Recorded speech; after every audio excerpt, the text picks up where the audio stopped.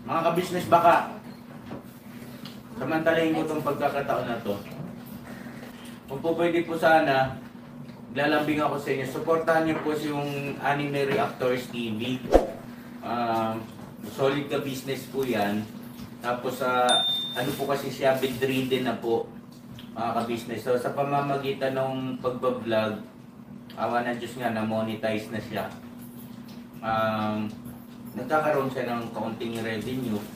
Kaya maliliit lang kasi yung views niya. Baka pwede po suportahan natin si Anime Reactors TV. Yan. Pero bedridden na po siya.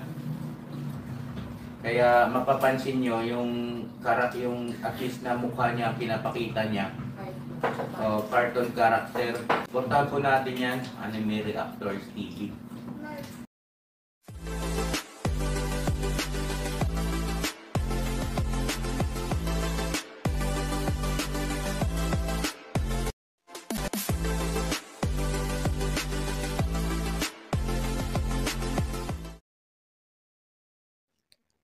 Hello guys, mapagpalang araw po sa ating lahat. Narito pong muli ang inyong lingkod, Anime Reactors TV. At sa mga hindi pa po nakaka-subscribe dyan sa aking munting channel, ay baka pwede naman pong makipindot na po na subscribe button. At makilike and share na rin po ng aking mga video. At patuloy din po natin suportahan ang Mag-amang Ka-Business Official at Papa Dins TV. At ganun din po yung kanilang second YouTube channel na Ka-Business Family.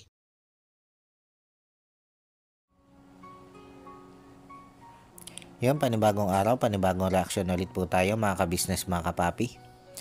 At for today's video po ay gawin po natin ng reaction itong nakakalungkot na mga pangyayari patungkol dito kay Kuya Bong. At ito nga po mga ka-business, mga kapapi, kung natatandaan natin ay kailan lang ay nagsabi itong si Kuya Bong dito kay Laka Business na ito nga po ay magbabakasyon ng 6 na araw. At wala naman siyang ibinigay na dahilan kung bakit siya magbabakasyon. Basta yun yung gusto niya. Magbakasyon siya ng 6 na araw. At dahil nga sa hindi naman kinokontrol o hindi naman kontrolado nitong si Ka-Business, itong si Kuya Bong, ay hinayaan lang ni Ka-Business. Kumbaga hindi sinagkaan ni Ka-Business yung kagustuhan ni Kuya Bong na magbakasyon. At ang sabi naman nito si Kuya Bong ay doon din lang naman siya sa lugar nila. Kumbaga doon lang siya mag-iikot-ikot, papasyal-pasyal daw. Yun ang sabi niya. Na nung nagsabi nga ito ng pagbabakasyon ay marami ang naghinala na baka nga may kinalaman dito ang ex-girlfriend dito si Kuya Bong na si Clarissa. Pero sinabi naman ni Kuya Bong na wala nang kinalaman dito si Clarissa. Dahil ayon dito kay Kuya Bong ay wala na sila. At wala na rin siya nararamdaman kay Clarissa. At sa kampo naman ni Clarissa ay ganon din. Ayaw na nila kay Kuya Bong.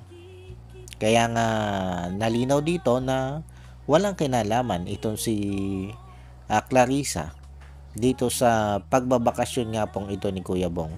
Siguro na taon lang talaga na itong si Clarissa ay papauwi o umuwi na nung time na nagsabi itong si Kuya Bong na magbabakasyon siya ng 6 na araw. Bagamat hindi din natin maialis yung posibilidad na isa sa dahilan ay nasasaktan pa rin siya doon sa naging paghihiwalay nila ni Clarissa. Na pwedeng ngayon nga nabalitaan niya na uuwi na itong si Clarissa ay naroon pa rin yung sakit. Na siguro iniisip niya na kung hindi sila nagkasira nito si Clarissa ay baka sa pag-uwi nito si Clarissa ay magkikita sila. Siguro naiisip-isip niya ganon. Kaya lang wala ganon talaga Nung nandun siya kay na Clarissa, hindi din naman siya nagpakatino. Napati nga yung bike na ibinigay ng sponsor sa kanya ibinenta din niya. Tapos ayon kay Clarissa, ay bumabatak pa rin ito si Kuya Bong ng ipinagbabawal na gamot. At nito lang naman, itong nakaraan lang na sinugsog nga nila ka-business ito si Kuya Bong at nasalubong nga nila ito sa daan, ay nung kumprontahin ito ni ka-business, ay inamin din mismo nito si Kuya Bong na paminsan-minsan nga daw ay gumagamit pa rin siya ng ipinagbabawal na gamot. Kumbaga mismong sa bibig ni Kuya Bong nanggaling yan. Kaya naman nung magsabi nga po siya dito kay Laka Business na magbabakasyon siya ng 6 na araw, ay pinag-aralan siya ng masinsinan dito ni ka-business o kinausap siya dito ni ka-business na masinsinan. At medyo nga may diin o may tapang ang ginawang paraan ng pakikipag-usap ni ka-business dito kay Kuya Bong nung panahong nagpapaalam nga ito si Kuya Bong na siya'y magbabakasyon. Dahil syempre nag-aalala ito si ka-business na kung saan na naman pupunta itong si Kuya Bong. At nagbakasakali itong si ka-business na sa ganitong paraan ng pakikipag-usap dito kay Kuya Bong ay baka papakinggan siya nitong si Kuya Bong. Kaya lang, sa tingin ko, sa nangyayari ngayon kay Kuya Bong, ay tila ba wala na siyang pinapakinggan? Tila ba itong sila ka-business ay hindi na rin niya pinapakinggan? Kasi ito nga po, nito nakaraang araw lang, nito si Kuya Bong ay hindi pumasok noong Lunes kung saan ipinangako niyang papasok na siya ng Lunes. Nung hindi siya pumasok ng Lunes, hindi din siya pumasok ng Martes, ay nagpa siya na ito sila ka-business na puntahan ito si Kuya Bong. At bukod doon, ay nag-chat din ito si Ate Ninette dito kay Mrs. Ka-business na ito si Kuya Bong nga ay pinagbebenta na naman yung mga gamit doon sa loob ng bahay. At maging yung grills nga doon sa bintana ng bahay ni Kuya Bong ay binakbak niya para ibenta. Kaya naman kagad na nagpunta doon sila ka-business para i-check yung bahay nito si Kuya Bong. Dahil nga doon sa nabanggit ni Ate Ninette sa message. At pagdating doon nila ka-business ay tumambad nga sa kanila na wala na yung grills doon sa bintana ni Kuya Bong. Doon sa 2 bintana ng bahay nito si Kuya Bong. At sabi nga nung kapitbahay nito si Kuya Bong, ay nilagari ni Kuya Bong yung bakal na yon. At maging yung mga gamit nga po doon sa loob ng bahay, katulad halimbawa ng kama o ng frame ng kama, ay ibinenta din lahat ni Kuya Bong. Maging yung lamesa, bangko, lagayan ng pinggan, timba, batya, lahat halos ng gamit ni Kuya Bong ay wala na doon. Maliban doon sa ilang damit at doon sa pom na siguro naman ay wala talagang bibili ng mga pom na yun. Yun lang naiwan doon. Kaya naman sobrang nadismaya itong si ka-business dito sa natuklasan niya ito kay Kuya Bong. Na yung nakita nga po natin na 2 buwan na tuloy-tuloy na pagbabago nito si Kuya Bong ay eto na naman siya. Hindi lang masasabi natin bumalik sa dati, kundi masasabi natin mas matindi pa kaysa sa dati. Dahil kung dati uma-absent lang siya, naglalasing, halos hindi magpakita dito kay Laka Business. Pero ngayon, yung kanyang bahay ay unti-unti na niyang binabaklas para siya may maibenta. Kaya masasabi kong kumpara dun sa dati, ay tila ba mas lalong naging matindi itong si Kuya Bong sa ngayon. Na maaari nga po, na mas lalo siyang naging lulong ngayon kumpara dati. Kasi dati bumabali lang siya kay Laka Business ng 500, 200. Pero nitong nakaraan, yung 7,000 na natira dun sa kanyang sweldo, ginawa niya lahat yun. At ilang araw lang ubos na. Tapos nung pumapasok siya, ang laki din ng bali niya. umabot sa 13,000. Kaya nga 7,000 na yung kanyang sinahod eh. Kasi 13,000 yung kanyang nabali. Kumbaga ang lakas niyang gumastos. Tapos eto nga no, siya hindi na pumapasok. No, siya nagbakasyon. Yung mga gamit naman sa bahay niya, ang kanyang pinagdiskitahan at ipinagbebenta. Kaya sa ngayon mga kabisnes, mga kapapi, pare-pareho tayong dismayado dito kay Kuya Bong. Na para bang karamihan sa atin ay nagtatanong na kung itong nga ba si Kuya Bong ay magkakaroon pa ng pagbabago o magbabago pa.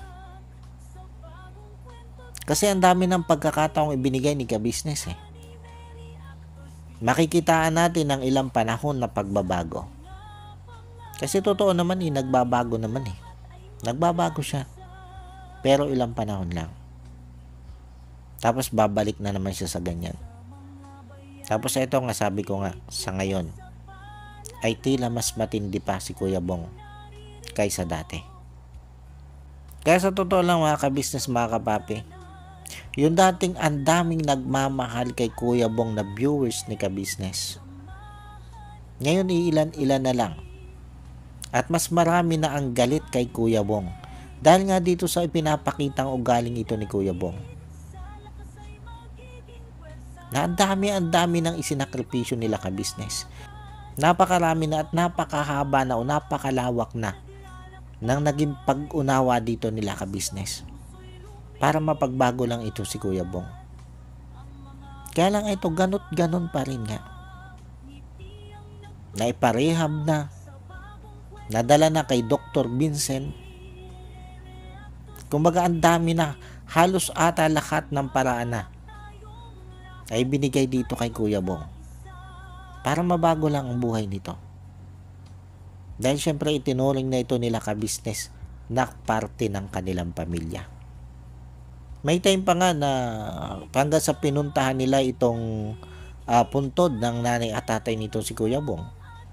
Kasi iniisip nila kabisnes na baka isa ito sa pwedeng magpabago ng tuluyan kay Kuya Bong. Kasi alam naman natin na mahal ni Kuya Bong yung kanyang mga magulang.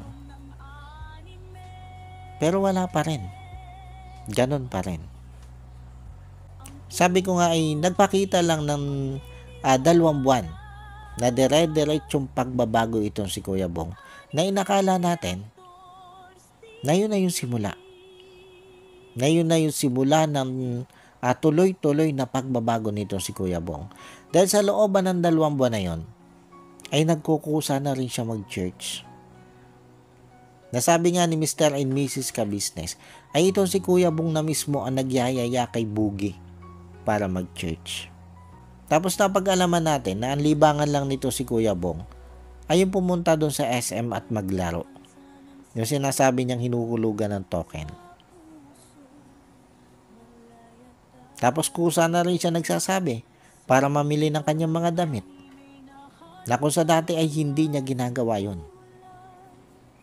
Tapos yung kalinisan ng kanyang katawan, kusa na rin niyang ginagawa.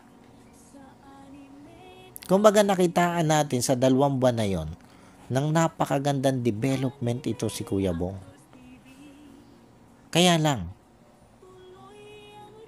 after nga po nung makasweldo siya at dinala niya lahat yung kanyang naging sweldo, ay ayun, doon na naman nagsimula na nagkawendang-wendang na naman ang buhay nitong si Kuya Bong. Na tila ba, sabi ko nga ay nakatak na naman ng maling barkada. At ito si Kuya Bong naman ay nagpahatak. Sa bagay, kung tutuusin eh, nakakay Kuya Bong din naman yan eh. Kahit siya hatakin ng mga masasama niyang barkada, kung hindi din naman siya papahatak, ay wala din namang mangyayari. Kaya lang gusto din niya eh. Gusto din niya magpahatak doon sa mga mali niyang barkadang yun. Kumbaga hindi niya maiwasan yung mga barkadang yun eh. Yung mga barkada niya dinadala siya sa kumunoy ng pagkakasala. Yung ibinabaon siya sa makasalanang mundo. Na tila ba hindi natutuwa itong mga barkadang ito ni Kuya Bong doon sa ginagawang pagbabago ni Kuya Bong. Dahil siguro nga, ay may nahihita sila kay Kuya Bong. Dahil alam nila na itong si Kuya Bong ay mapera. Kasi nandito siya kay Laka Business. Pero paano ngayon? Paano ngayong hindi na nga pumapasok itong si Kuya Bong kay Laka Business? Balik sa pangangalakal si Kuya Bong. Kasi sabi ni Nanay Nernie, ay may nakakita kay Kuya Bong doon sa may Almar. At nangangalkal nga daw po ng basura. Kumbaga, bumalik uli si Kuya Bong sa ganong klase ng pamumuhay. Samantalang ang ganda ng trabaho niya dito kay Laka Business. May 20,000 pesos siyang sweldo buwan-buwan. Libre ang pagkain niya, libre ang lahat. Tapos ngayon hindi malaman kung saan nga ba natutulog itong si Kuya Bong. Dahil may 2 araw na nga daw po itong hindi umuwi doon sa kanyang bahay. Kaya malamang, kung wala itong kaibigan tinutulugan, ay hindi malayo na ito'y dito na naman natutulog sa kalye. Kung saan siya dati natutulog nung siya'y taong grasa pa. Alam niyo mga ka-business, mga kapapi, pag itong si Kuya Bong ay ganyan na hindi na nagpakita kay ka-business, at hindi malayong isang araw ay makikita na naman natin siyang pag-alagala sa lansangan. May buhat na sako, nangangalakal, makaba ang buhok, madungis, at isa na naman taong grasa. Hindi malayo yan. Dahil eto, nababalitaan na nga po natin na nangangalkal na naman ng basura itong si Kuya Bong. Balik sa kanyang dating buhay.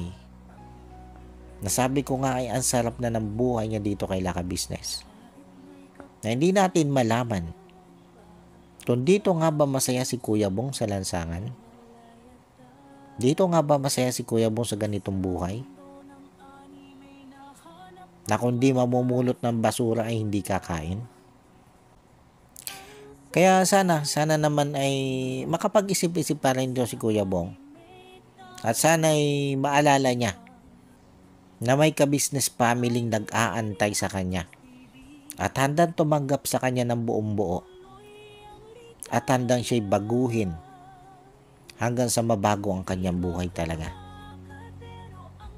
Sana maisip yan ni Kuya Bong. At sana hindi siya tuluyang masadlak doon sa kapahamakan na dulot nga po ng kanyang mga barkadang hindi naman talaga nakakatulong sa kanya. Kundi ang nagiging hatid pa nga sa kanya ay yung ilubog siya doon sa pagkakasala. Sana naman maisip ni Kuya Bong yung laki ng pagkakaiba ng buhay sa lansangan at buhay dito kay Laka Business. Sana maisip yan ni Kuya Bong bago pa man mahuli ang lahat. Paano mga ka-business, mga kapapi, hanggang dito na lang muna ulit po. At sana po'y nagustuhan nyo itong aking reaction video na ito. At muli po ay maraming salamat po sa patuloy pong sumusuporta at sa wala pong sawang nanonood sa aking mga nire-reaction ng video. Maraming salamat po. At sa mga hindi pa po nakaka-subscribe dyan sa muntik kong channel, ay baka pwede naman pong makipindot na ng subscribe button at makilike and share na rin po ng aking mga video. At bago po tayo tuloy ang magtapos ay gusto ko lang pong i-shoutout ito sila Ma'am Nerissa ng New Jersey. Shoutout po sa inyo ma'am at maraming salamat po sa patuloy nyo pong pag-suporta at sa wala nyo din pong sawang panonood sa aking mga nire-reaction ng video. Maraming salamat po ma'am. At ganon din po dito kay Ma'am Elena Capillo. Shoutout po sa inyo ma'am at maraming salamat din po sa inyo pong patuloy na pagsuporta at sa wala nyo din po sawang panonood sa aking mga nire-reaction ng video. Maraming salamat po ma'am. At shoutout din po dito kay Idol Wakiwak TV. Shoutout sa iyo Idol. At ganon din dito kay Jewel Channel. Shoutout po sa inyo sir. At shoutout din dito kay Papa Sundot. At syempre ganon din sa ating mga magigiting na kagwang nitong si Ka-Business na sila Kagwang Intoy Official, Kagwang Bay Papaya Official, Kagwang Boknoy Official, Kagwang Bornok Official, Kagwang Bugi Official, at ito nga po kay Kagwang Bong Official na sobrang tigas ng ulo, sobrang pasaway. At ganun din po dito kay Kagwang Damulag Official. Shoutout po sa inyo. At syempre ganun din po dito sa aking mga kasamang reaktor na sila Taong Gala, Kalingap Turak, Katangay PLC, Mamplers Channel, MK Inday Okray TV, Analisa Reality Vlog, Alminda Mix Vlog at Joyce 27 TV. Shoutout po sa inyo. At muli po ay maraming salamat po. And God bless po sa inyong lahat. Anime Reactors, shoutout po. Suportahan natin yan si Anime Reactors TV. Yan, pakisupport po natin. Siya po ay isang bedridden na mga ka-business. Check nyo po yung kanyang YouTube channel, Anime Reactors TV. Siya po siyang bedridden na, ayan, kahit papano nakakagawa-gawa siya ng mga reaction video patungkol sa ka-business official. Suportahan po natin para kahit papano magkaroon siya ng revenue. May magamit siya sa pambili-bili man lang ng gamot. Ano po mga ka-business.